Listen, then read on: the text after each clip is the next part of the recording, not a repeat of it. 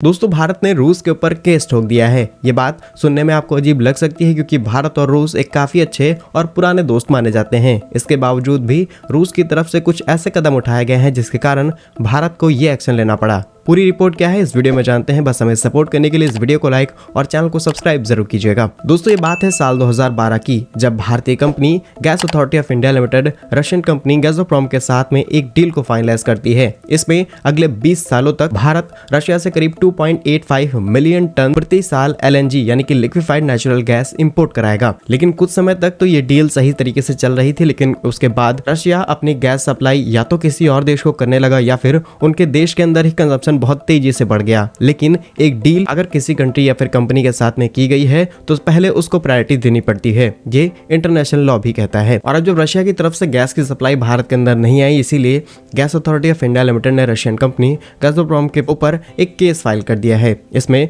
भारतीय company gas authority of India limited ने करीब 1.8 बिलियन US$ के डैमेजेस को भी क्लेम किया है। और गेल की तरफ से लिया गया ये डिसीजन वाकई सही है क्योंकि इसकी वजह से गेल को काफी ज्यादा नुकसान हुए हैं। अगर एक लॉन्ग टर्म एग्रीमेंट किसी भी देश के साथ में फाइनलाइज किया गया है, अगर उसकी सप्लाई बीच में डिस्टर्ब हो जाती है तो उस देश या फिर उस कंपनी को बड़ा नुकसान उठाना पड़ता है, और जिसके कारण गेल को काफी ज्यादा नुकसान उठाने पड़े हैं। इसीलिए अब भारत और भारतीय कंपनियां अलग अलग देशों से बातचीत करनी शुरू कर चुकी हैं, जिसमें पहला नाम है यूनाइटेड स्टेट यानी कि अमेरिका के साथ में भारत की अलग अलग गैस कंपनीज ने कई बातचीत शुरू की है। इसके अलावा कतर और UAE के साथ गैस को लेकर के कई डील्स पर बात शुरू हो चुकी है। और यहाँ पर सबसे बड़ी और रिसेंट डेवलपमेंट की बात की जाए तो gas authority of India limited ने एक डील फाइनलाइज कर ली है विटॉल के साथ में। वैसे तो ये नीदरलैंड बेस्ड कंपनी है जो कि अब इस डील के बाद भारत को हर साल करीब 1 मिलियन मैट्रिक टन LNG की सप्लाई करेगी, और ये डील अगले 10 सालों के लिए की गई है। और अगर आप दूसरे एंगल से देखेंगे तो ये बड़ी गैस डील कतर के लिए भी बड़ा झटका है। भारत लगातार अपने इंपोर्ट्स को अलग अलग देशों के साथ में स्विच कर रहा है, सो दैट जो सिचुएशन अभी कतर के साथ हमें फेस करनी पड़ी थी ये ना फेस करनी पड़े। अभी भारत अपनी टोटल गैस जरूरतों का करीब